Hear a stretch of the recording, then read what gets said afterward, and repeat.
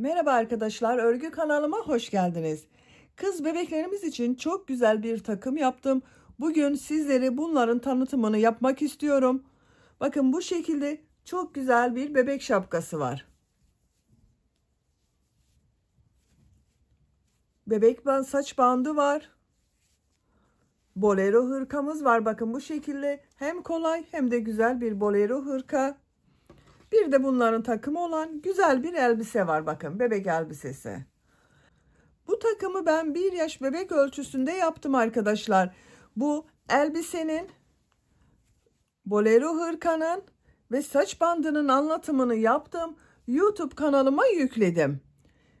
Bugün biz bu güzel şapkayı yapacağız. Siz de bu şapkanın takımı olarak bu örgüleri yapmak isterseniz hepsinin anlatımını YouTube kanalımda bulabilirsiniz. Kolayca bulabilmeniz için bu saç bandının, bolero hırkanın ve elbisenin YouTube linkini ben izlediğiniz bu videonun açıklama bölümüne ekliyorum. Siz izlediğiniz bu videonun açıklama bölümünde bulunan ilgili linklere tıklarsanız bunun gibi güzel bir takım yapabilirsiniz. Biz bugün bu güzel ve kolay bebek şapkasını yapacağız arkadaşlar. 1 yaş ölçüde yapıyorum bu şapkayı da. Şapkanın örgüsünde iplik olarak bu bolero hırkada kullandığım ipliği kullandım. Bakın bu şekilde beyaz bir iplik ile yaptım. Uç bölümüne de pembe renk iplik ile model yaptım.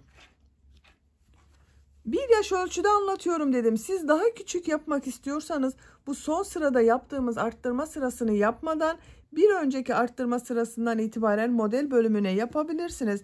Daha büyük çocuk için yapmak istiyorsanız da 2 yaş için yapmak istiyorsanız da model sayısını yine aynı şekilde yapabilirsiniz. Bu sonda boş bıraktığımız 5 modeli 4 model bırakarak 15 model ile yaparsanız şapkanız 1,5-2 yaş çocuklar için olur. Tığ olarak 5 numara 3 milimetre tığ kullandım. Siz daha büyük numaralı tığ kullanırsanız yaptığınız şapka daha büyük ölçüde olacaktır arkadaşlar. Benim size söylemiş olduğum bu ölçüler standart bebek ölçüsüne göre, sizin bebeğinizin başının büyüklüğüne göre daha büyük veya daha küçük yapmanız gerekebilir. Başlamadan önce şapkanın ölçülerinde söylüyorum, fikriniz olsun. Bakın yüksekliğini ölçüyorum. Baş yüksekliğini ölçüyorum. Başlangıçtan 0 noktasından tutuyorum bakın. Ölçtüğüm zaman 18 santimetre yükseklik var. Genişliğini ölçüyorum. 18 santimetre genişlik var arkadaşlar. Ben bugün bu şekilde çiçeklerle süsledim. Siz bunun yerine bu saç bandında yaptığım gibi çiçeklerle de süsleme yapabilirsiniz. Boyunun çevresine de kurdale taktım bakın arkadaşlar. 1,5 metre kadar da kurdaleye ihtiyacımız var. İpliği, tığı hazırlayalım. Hep birlikte bu güzel şapkanın örgüsüne başlayalım. Örgü kanalıma abone değilseniz abone olmayı unutmayın lütfen. Örgü kanalıma abone olmak ücretsiz. Örgü kanalıma ücretsiz abone olup orada bulunan zil şeklinde dokunarak açık yaparsanız kanalıma video yüklediğim zaman ilk önce size bildirim gelir. Örgülerimden herkesten önce sizin haberiniz olur. İzlediğiniz videolarıma beğeni ve yorumlarınızı da yaparsanız çok sevinirim arkadaşlar. Örgü kanalıma ücretsiz abone olup beğeni ve yorumlarıyla da destek olan bütün arkadaşlara ayrıca teşekkür ederim.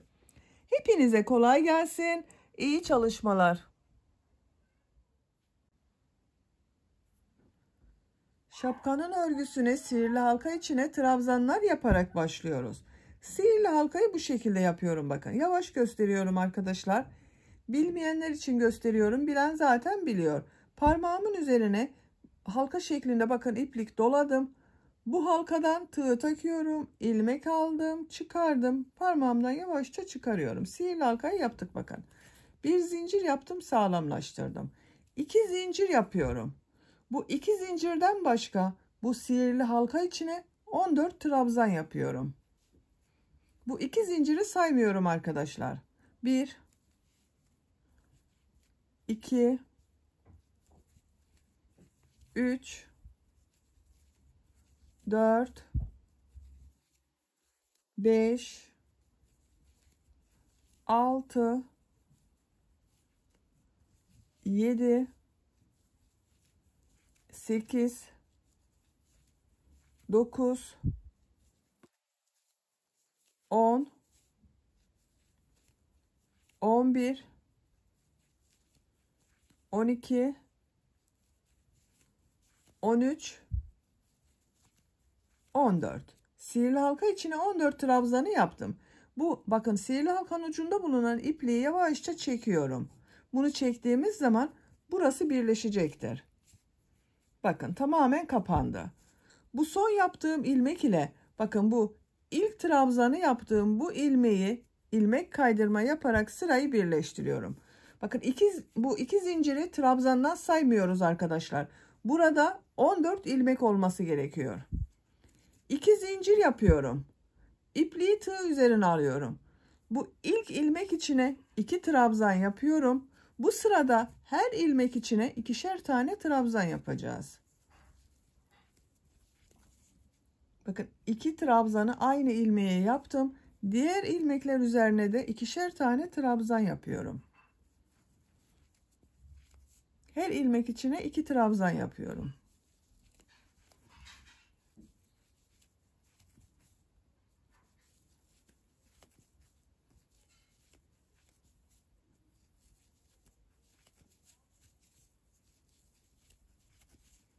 Bu şekilde. Sıra sonuna kadar devam edelim. Her ilmeğe ikişer tane trabzan yaparak sıra sonuna kadar tamamladım.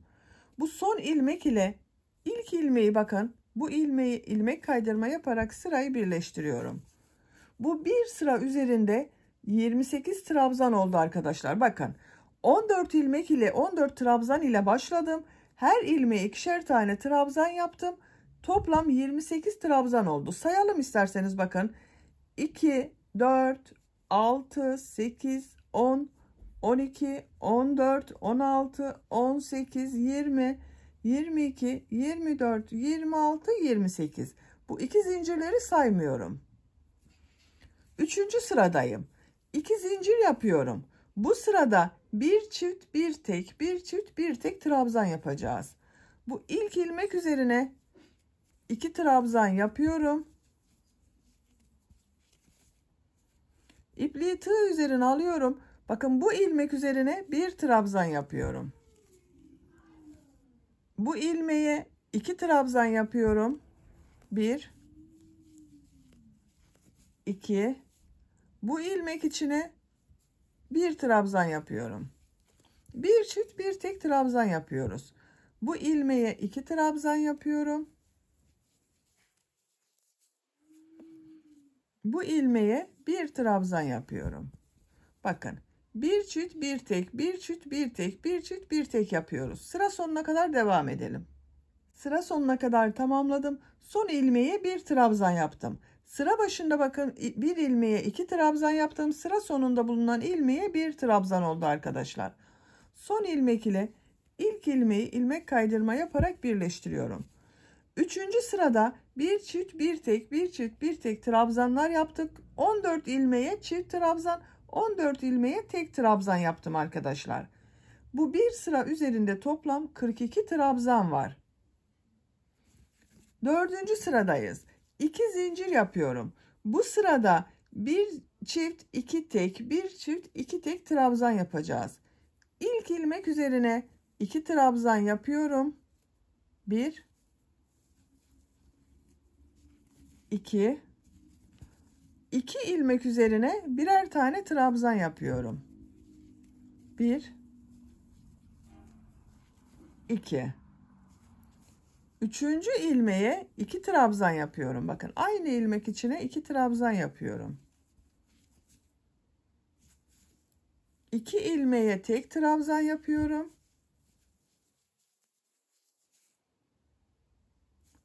Üçüncü ilmeğe 2 trabzan yapıyorum. Bu şekilde oluyor. Bir çift iki tek bir çift iki tek yapıyoruz arkadaşlar. Sıra sonuna kadar devam edelim. Sıra sonuna kadar tamamladım. Sıra sonunda 2 tek trabzan yaptım. Sıra başında bakın aynı ilmeğe çift trabzan ile başladım. 2 trabzan ile bitirdim. Son ilmek ile ilk ilmeği ilmek kaydırma yaparak sırayı birleştiriyorum. Bakın arkadaşlar bu şekilde oldu. Bu sırada bir çift, iki tek, bir çift, iki tek trabzanlar yaptık. Kaç tane çift trabzan yaptığımı sayıyorum bakın. 1, 2, 3, 4, 5, 6, 7, 8, 9, 10, 11, 12, 13, 14. 14 çift trabzan yaptım. Bu bir sıra üzerinde toplam 56 trabzan var. 5. sıradayız. 2 zincir yapıyorum. İlk ilmek üzerine 2 trabzan yapıyorum. 1, aynı ilmeğe yaptım bakın. Bu sırada yine bir çift, iki tek, bir çift, iki tek trabzan yapıyorum. 2 ilmek üzerine tek trabzan yapıyorum.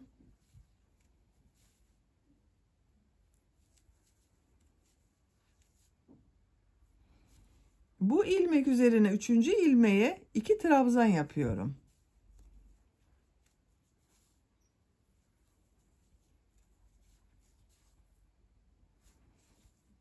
İki ilmeğe tek trabzan yapıyorum.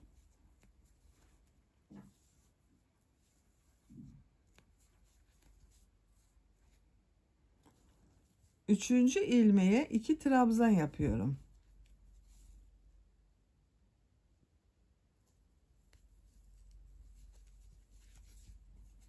Bakın 5. sırada da bir çift, iki tek, bir çift, iki tek trabzanlar yaparak sıra sonuna kadar devam edelim. Arttırmalar yaparak sıra sonuna kadar tamamladım. Burada arttırma yaptım. Sıra sonunda bir ilmek kaldı bakın. Bu ilmek üzerine de bir trabzan yapıyorum. İlk yaptığım bu ilmek ile ilmek kaydırma yaparak sırayı birleştiriyorum. Bu sırada kaç arttırma yaptığımı sayıyorum. Çift yaptığım trabzanları sayıyorum bakın. 1, 2, 3, 4, 5, 6, 7, 8, 9, 10, 11, 12, 13, 14, 15, 16, 17, 18, 19 arttırma trabzanı yaptım. Bir sıra üzerinde toplam 75 trabzan var. Ben bu sıradan itibaren arttırmayı bırakıyorum. Modelli bölüme başlıyorum arkadaşlar. Siz bu şapkayı daha küçük çocuk için yapıyorsanız bu bir alt sıradan itibaren model yerleştirmeye başlayabilirsiniz. Ben bugün 1 yaş bebek başölçüsüne göre bu şapkayı yapıyorum.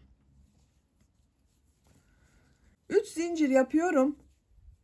Modelleri bu ilk sırada 2 trabzan, 2 zincir, 2 trabzan şeklinde yapıyorum.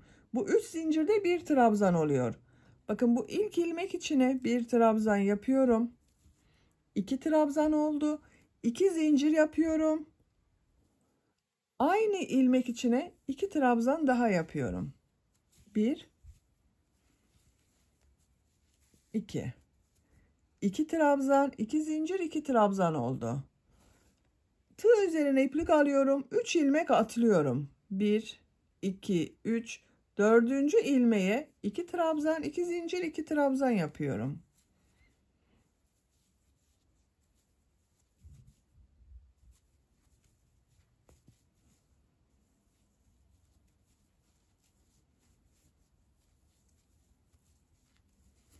İki trabzan, 2 zincir, 2 trabzan yaptım.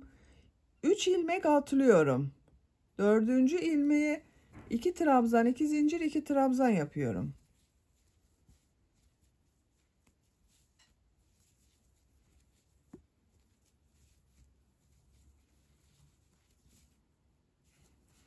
Üç ilmek atlıyorum. 4. ilmeğe 2 trabzan, 2 zincir, 2 trabzan yapıyorum.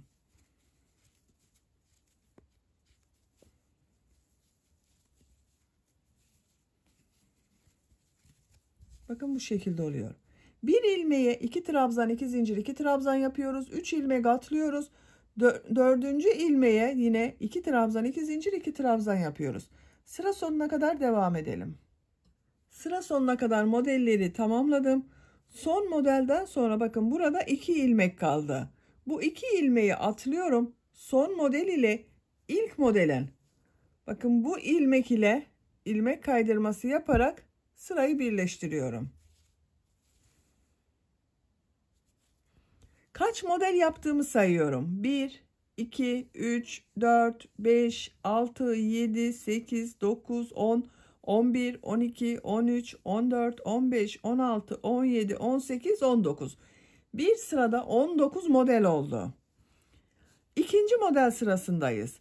Bu model sırasında bu trabzanları 3 trabzan, 2 zincir, 3 trabzan şeklinde yapacağız. Modeli bu. 2 zincirli boşluktan başlıyorum. Oraya ilmek kaydırması yapıyorum bakın. İlmek kaydırması yaptım. 2 zincirli boşluktayım. 3 zincir yapıyorum. Buraya 2 trabzan, 2 zincir, 3 trabzan yapıyorum. 1 2 bakın bu 3 zincirde bir trabzan 1 2 3 oldu. 2 zincir yapıyorum. Aynı yere 3 trabzan daha yapıyorum. 1 2 3 3 trabzan 2 zincir 3 trabzan oldu. Tığ üzerine iplik alıyorum. Diğer model ortasına da 3 trabzan 2 zincir 3 trabzan yapıyorum.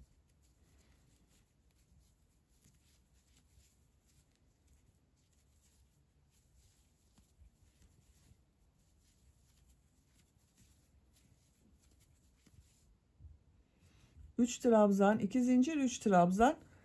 Diğer model ortasına da 3 trabzan 2 zincir 3 trabzan yapıyorum.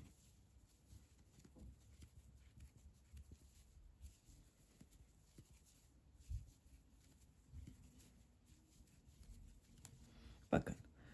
Bu bir alt sırada yaptığımız modellerin ortasında bulunan 2 zincirlerin üzerine 3 trabzan 2 zincir 3 trabzan yapıyoruz. Bu şekilde devam edeceğiz ama sıra sonuna kadar yapmayacağız arkadaşlar. Sıra sonunda 1 2 3 4 5 model kalasıya kadar. Bu 14 modelin üzerine 3 trabzan 2 zincir 3 trabzan yaparak devam edelim. 3 trabzan 2 zincir 3 trabzan şeklinde modelleri yaparak bakın tamamladım ben arkadaşlar. Sıra sonunda 1 2 3 4 5 modeli boş bıraktım. Oraya devam etmedim. Burada bitirdim. Kaç model yaptığımı sayıyorum bakın. 1 2 3 4 5 6 7 8 9 10 11 12 13 14 14 model ile şapkanın örgüsü devam edecek. Siz bu şapkayı 1,5-2 yaş bebek için yapıyorsanız bir model daha devam edebilirsiniz. Ben bugün 1 yaş için yapıyorum. Bu 14 model benim için yeterli. Buradan geriye dönüş yapıyorum. Bir zincir yapıyorum. Örgüyü çeviriyorum. Bu 2 zincirli boşluğa geçmek için ilmek kaydırması yapıyorum. Bakın şu şekilde her ilmek üzerinden ilmek kaydırması yaparak 2 zincirli boşluğa geçiyorum. 2 zincirli boşluktayım. Buraya 3 zincir yapıyorum. 2 trabzan 2 zincir 3 trabzan yapıyorum. Bakın bu 3 zincir yaptığımda 1 trabzan 2 zincir yapıyorum. 3 trabzan yapıyorum. 3 trabzan 2 zincir 3 trabzan oldu. Tığ üzerine iplik alıyorum. Diğer model üzerine de 3 trabzan 2 zincir 3 trabzan yapıyorum.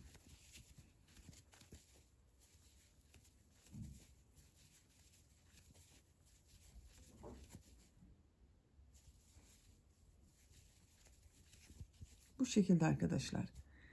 Sıra sonuna kadar devam edelim. Sıra sonuna kadar tamamladım.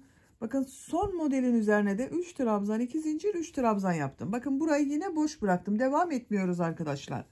Buradan geriye dönüş yapıyorum. Bir zincir yapıyorum. Örgüyü çeviriyorum. İlmek kaydırması yaparak model ortasında bulunan 2 zincirli boşluğa geçiyorum. Bakın her ilmek üzerinden ilmek kaydırması yapıyorum. 2 zincirli boşluğa da ilmek kaydırması yaptım. 3 zincir yapıyorum. 2 trabzan yapıyorum. 2 zincir yapıyorum. 3 trabzan yapıyorum.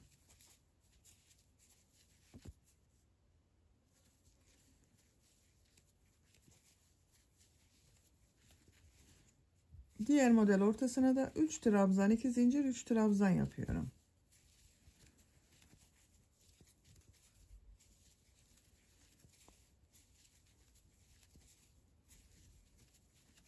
Bakın. Şapkanın örgüsü artık bu 3 trabzan, 2 zincir, 3 trabzan ile devam edecek. Bu 14 model ile devam ediyoruz arkadaşlar. Elinizin sıklığına göre bu model sırası değişecektir. 10-12 sıra arası değişiyor arkadaşlar. Model sırasını tekrarlayarak şapkanın örgüsüne devam edelim. Şapkanın örgüsünü modelli olarak ben 12 sıra tamamladım arkadaşlar. Sayıyorum. 1, 2, 3, 4, 5, 6, 7, 8, 9, 10, 11, 12. 12. sıranın sonunda bakın beyaz renk ipliği burada kestim. Şekil olarak da böyle oldu bakın. Modelleri devam ettim. Şapka şeklini aldı. Bakın son sırada yine 14 model var. 2, 4, 6, 8, 10, 12, 14. Modelimiz eksilmedi veya artmadı. Bu sıradan itibaren bakın ipliği burada kestim. Örgünün düz tarafından pembe renk iplik ile devam etmek istiyorum ben. Bu şapkanın uç bölümünü geriye kıvrık olarak yapacağız. Onun için buradan başlıyorum.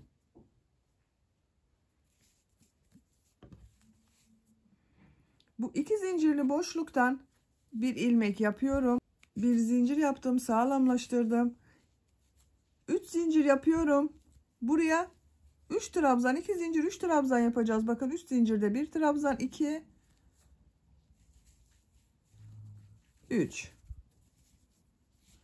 2 zincir yapıyorum. 3 trabzan yapıyorum aynı yere.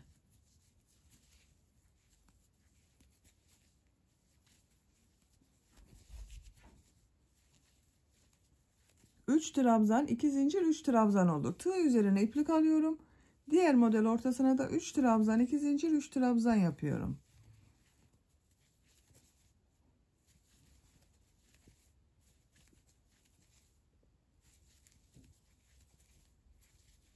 Sadece renk değiştirdik burada arkadaşlar.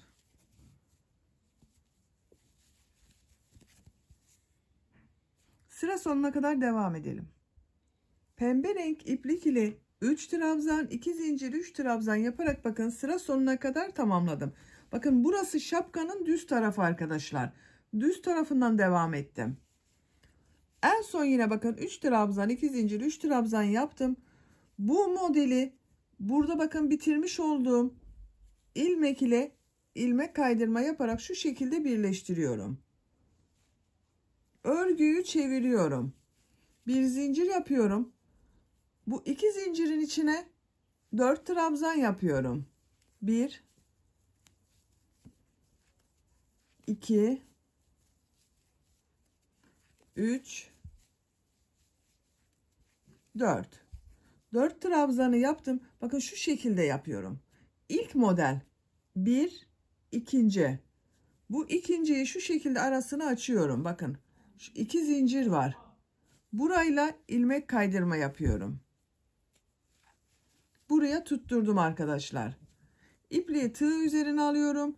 Bu 2 zincirin içine 3 trabzan daha yapıyorum. Toplam 7 trabzan oluyor. 2, 3. Tığ üzerine iplik alıyorum. Diğer model ortasına 4 trabzan yapıyorum. 1, 2, 3, 4. Bakın bunu ikinci modelin, bakın ikinci modelinin bu 2 zincire ilmek kaydırma yaparak tutturuyorum. Tığ üzerine iplik alıyorum. 2 zincirin içine 3 trabzan yapıyorum.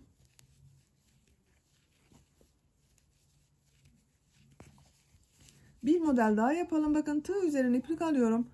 Buraya bu 2 zincirin içine 4 trabzan yapıyorum. 1, 2, 3, 4. Sayıyorum. Bakın 3. modeli yapıyorum. 1, 2, 3.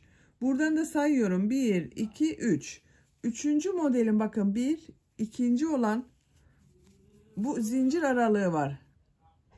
2, 3 trabzan, 2 zincir, 3 trabzan yaptığım zincir var. Şu boşluğa ilmek kaydırma yaparak tutturuyorum. Tığ üzerine iplik alıyorum. Buraya 3 trabzan yapıyorum.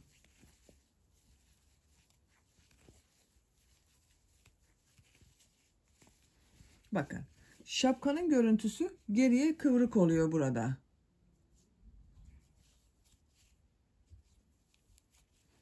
Sıra sonuna kadar devam edelim.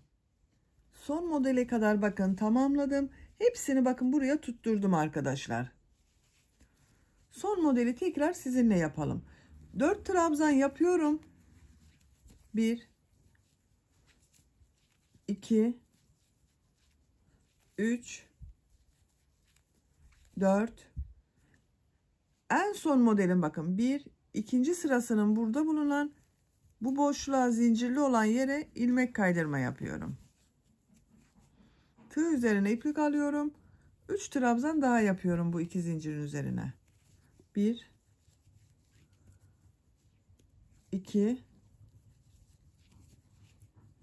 3.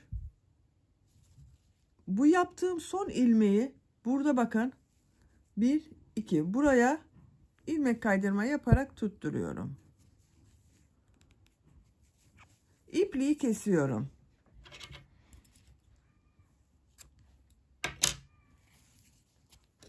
Bakın uç bölümü 2 sıra pembe yaptım. Geriye kıvrık oldu bakın. İç bölümü böyle görünüyor. Dışa doğru kıvrık oldu arkadaşlar.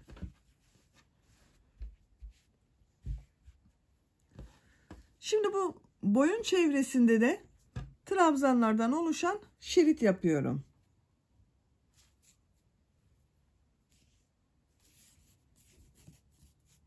Yine pembe renk iplik ile yapıyorum. Bakın buradan başlıyorum. Düzgün gelmesi için diğer taraftan başlıyorum. Şuradan bakın pembe ile birlikte ilmeği alıyorum.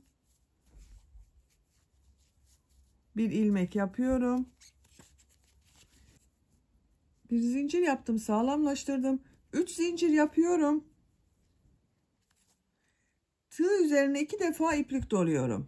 Aynı ilmeğe bakın. Üçlü trabzan yapıyorum. 1 2 3. Tığ üzerine iplik alıyorum. Bakın bu modeli tutturuyorum. Pembe renkli. Diğer şu beyaz renkli olan sırayı da tığın ucuna taktım. Buraya da üçlü trabzan yapıyorum. 2 defa iplik doluyorum. Üçlü trabzan yapıyorum. 1 2 3. 2 defa iplik doluyorum. Üçlü trabzan yapıyorum. Buradan kurdale takacağız arkadaşlar. Onun için üçlü trabzan yapıyorum. 2 defa iplik doluyorum. Bakın bu trabzan 3 trabzan yaptım. Bu son trabzanların üzerine boşluğuna 2 tane üçlü trabzan yapıyorum.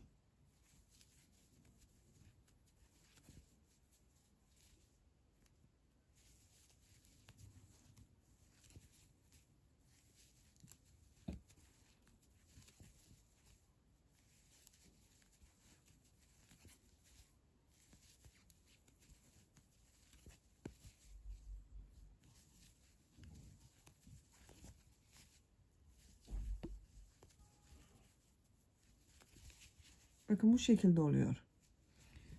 Buraya kadar devam edelim. Dönüşü birlikte yapalım arkadaşlar. Takılan arkadaşlar olabilir orada. Bakın her trabzan sırasına 2 trabzan yapıyorum. Ama üçlü trabzan yapıyorum. Kurdale geçsin diye üçlü trabzan yapıyorum arkadaşlar. Siz kurdale takmayacaksanız ikili trabzan da yapabilirsiniz.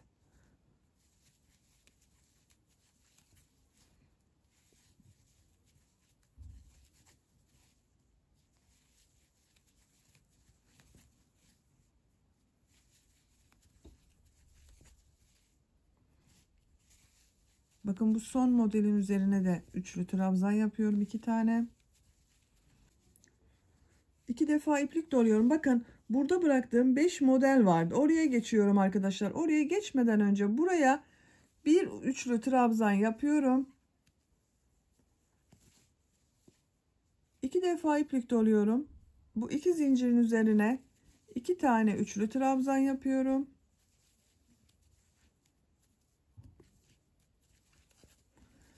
Bakın her modelin üzerine 2 tane üçlü trabzan yapıyorum.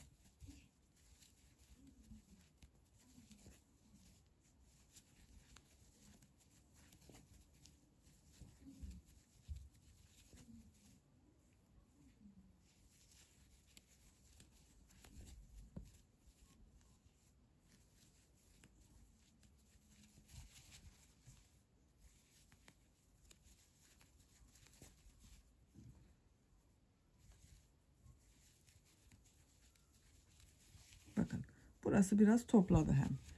Bakın bu diğer tarafa geçeceğiz. Oraya geçerken yine buraya bir tane üçlü trabzan yapıyorum. Bakın burada da aynısını yaptım. 2 defa iplik doluyorum. Bu trabzan sırasına 2 tane üçlü trabzan yapıyorum.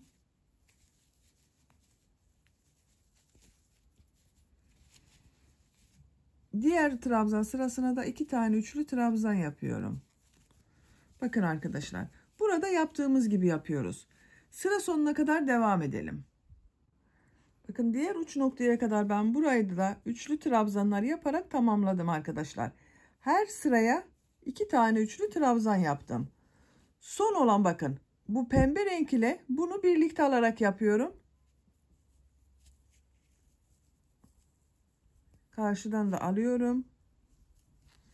Buraya üçlü trabzan yapıyorum.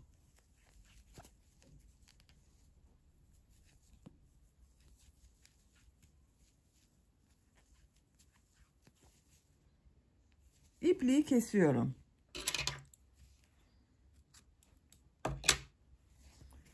Şapkanın örgüsünü tamamladım. Bakın boyun çevresinde pembe renk iple her sıraya 2 tane üçlü trabzan yaptım. Şimdi bunların arasından bu şekilde bakın bir kurdele takıyorum. Şapkanın örgüsünü tamamladık. Bu şekilde bakın bir çatal iğnenin ucuna taktım kurdaleyi. 1 metre kadar olması yeterli. Tercihinize göre bunu 1,5-2 metrede yapabilirsiniz. Ben bugün 1,5 metre kurdale takıyorum arkadaşlar. Bakın bu ilk sırada 2 tane üçlü trabzan yapmıştım. Bundan takıyorum. İkisinin ortasından şu şekilde. Bir grup altta bir grup üstte kalacak şekilde aralardan takıyorum. Çatal iğne yoksa tığ yardımıyla da takabilirsiniz bu kurdaleyi.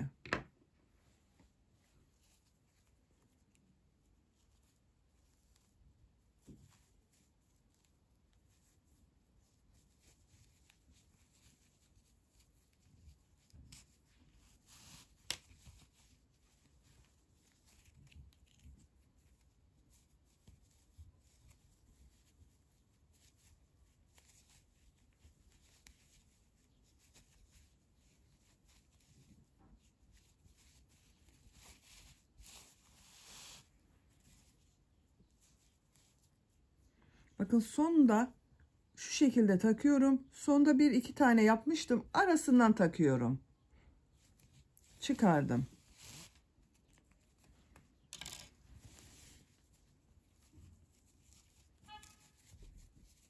Üçlü trabzan yaptığımız için kurdaleyi çok daha rahat geçirdik arkadaşlar.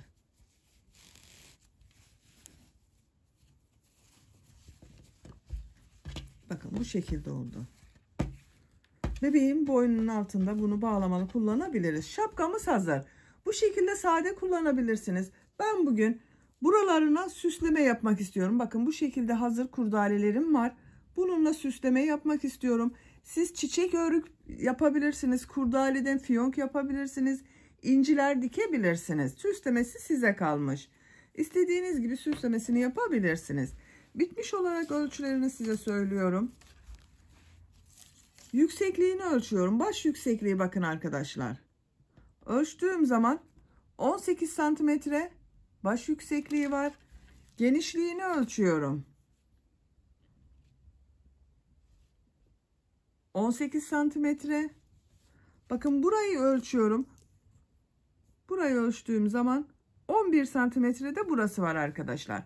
Bu ölçüde 1 yaş bebek baş ölçüsüne göre güzel bir ölçü. Tabi bebeklerin başının ölçüsüne göre de değişecektir arkadaşlar. Kimi bebeklerin başlığı daha iri olur, kimisinin daha minyon baş yapısı olur. Böylece bir örgü anlatımının da sonuna gelmiş oldum. Beni dinlediğiniz ve izlediğiniz için hepinize çok teşekkür ederim. Örgü kanalıma abone değilseniz abone olmayı unutmayın lütfen. Örgü kanalıma abone olmak ücretsiz. Örgü kanalıma ücretsiz abone olup orada bulunan zil şeklinde dokunarak açık yaparsanız kanalıma video yüklediğim zaman ilk önce size bildirim gelir. Örgülerimden herkesten önce sizin haberiniz olur.